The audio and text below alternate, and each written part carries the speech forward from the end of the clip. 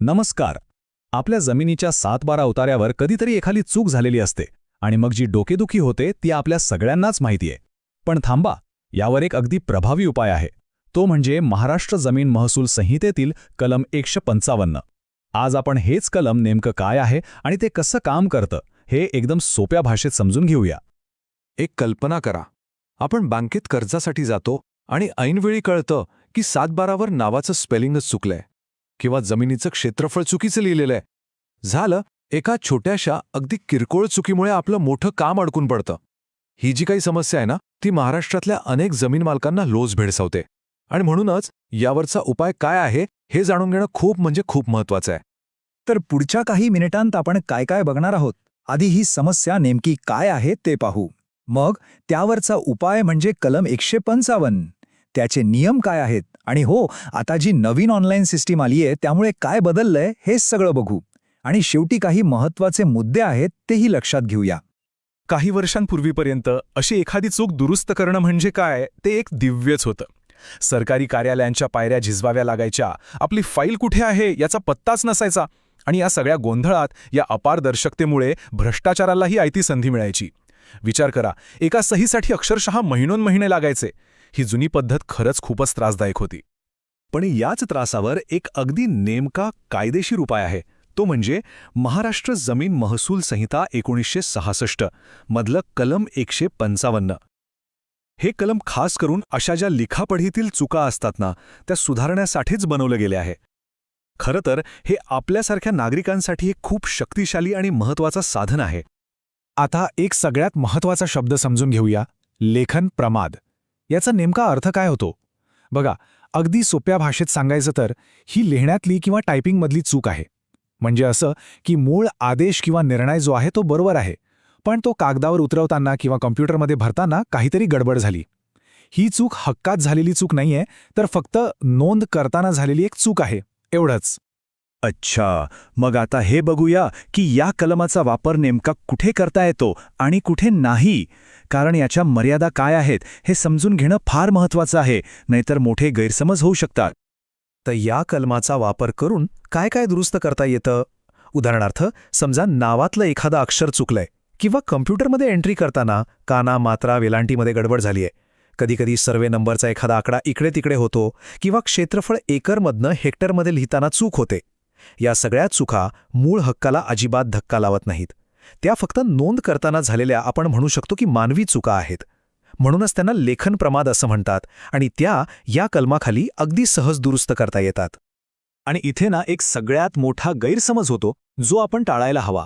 कलम 155 आणि RTS appeal या दोन गोष्टींमध्ये जमीन आसमानाचा फरक आहे. बघा, फेरफार म्हणजे हक्कात झालेला बदल नोंदवणे. आता जर फक्त नावात टायपिंगची चूक असेल तर कलम 155 वापरून तहसीलदारांकडे अर्ज करायचा. पण जर एखाद्या व्यक्तीचं नावच चुकीने दाखल झालं असेल, म्हणजे मुळातच नोंद चुकीची असेल, तर मात्र वरिष्ठ अधिकाऱ्यांकडे म्हणजे प्रांत अधिकाऱ्यांकडे आरटीएस अपील करावं लागतं. या दोन गोष्टी वेगळ्या आहेत. एक गोष्ट अगदी स्पष्टपणे लक्षात ठेवायला हवी. कलम 155 हे एक मर्यादित साधन आहे. याचा गैरवापर करून जमिनीचे मूळ मालकी हक्क बदलता येत नाहीत, एखाद्या वारसाचं नाव रेकॉर्डवरून काढता येत नाही किंवा बँकेचा जो कर्जाचा बोजा आहे तो कमी करता येत नाही. या सगळ्या खूप मोठ्या गोष्टी आहेत, ज्यासाठी एक स्वतंत्र आणि सविस्तर कायदेशीर प्रक्रिया आहे, तीच पार पाडावी लागते. कलम 155 हे फक्त आणि फक्त किरकोळ दुरुस्त्यांसाठी आहे. आता बघा, या कलमाचा गैरवापर केला तर काय होऊ शकतं याचं एक उत्तम उदाहरण आहे. एका प्रकरणात मुंबई उच्च न्यायालयाने स्पष्ट शब्दात सुनावलं की तहसीलदारांनी कलम 155चा वापर करून लोकांचे मूळ हक्कच बदलून टाकले, जे त्यांच्या अधिकारांच्या पूर्णपणे बाहेर होतं. असं करणं हे पूर्णपणे बेकायदेशीर आहे, हे कोर्टाने ठणकावून सांगितलं.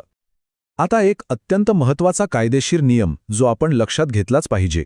चूक कितीही छोटी असो, ती दुरुस्त करण्याआधी त्या जमिनीशी संबंधित प्रत्येक व्यक्तीला नोटीस पाठवून त्यांचं म्हणणं ऐकून घेणं बंधनकारक आहे. याला कायद्याच्या भाषेत नैसर्गिक न्यायाचं तत्त्व म्हणतात. याचा साधा सरळ अर्थ असा की कोणाच्याही पाठीमागे कोणताही निर्णय घेतला जाऊ शकत नाही. प्रत्येकाला आपली बाजू मांडायची संधी मिळालीच पाहिजे, हा नियम आहे. चला, आता या प्रक्रियेत झालेल्या सगळ्यात मोठ्या आणि सकारात्मक बदलाकडे वळूया. सरकारने काय केलंय तर ही संपूर्ण प्रक्रिया आता ऑनलाईन केली आहे, ज्यामुळं खरंच खूप मोठा फरक पडलाय. जुलै 2023 पासून सरकारने एक खरंच क्रांतिकारी बदल आणला आहे. आता कलम 155चे अर्ज जे आहेत ना ते फक्त आणि फक्त ई-हक्क पोर्टलवर ऑनलाईनच करता येतात. इतकंच नाही तर तहसीलदार साहेब आदेशही ऑनलाईनच देतात. आणि सगळ्यात भारी गोष्ट काय माहितीये का, आदेश दिल्यानंतर फक्त एका दिवसाच्या आत ती दुरुस्ती आपल्या 7/12वर दिसायला हवी. किती सोपं झालंय बघा. या ऑनलाईन प्रणालीचा हेतू अगदी स्पष्ट आहे. अर्ज केल्यापासून ते आदेश होईपर्यंत सगळं काही ऑनलाईन दिसतं. त्यामुळे पारदर्शकता वाढते आणि भ्रष्टाचाराला वावच राहत नाही. आता सरकारी कार्यालयात हेलपाटे मारायची गरज नाही. त्यामुळे वेळ वाचतो आणि सगळी प्रक्रिया प्रचंड वेगाने होते. हा खरंच एक स्वागतार्ह बदल आहे, नाही का?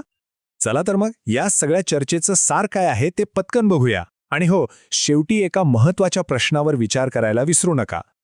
तर या 4 गोष्टी कायम लक्षात ठेवायच्या.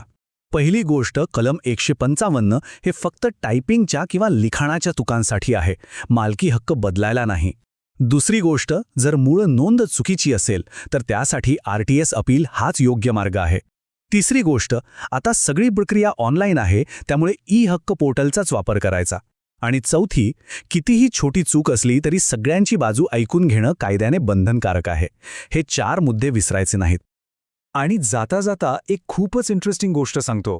नागपूर उच्च न्यायालयाच्या एका निकालानुसार अशा लिखाणातल्या चुका दुरुस्त करण्यासाठी कोणतीही कालमर्यादा नाहीये.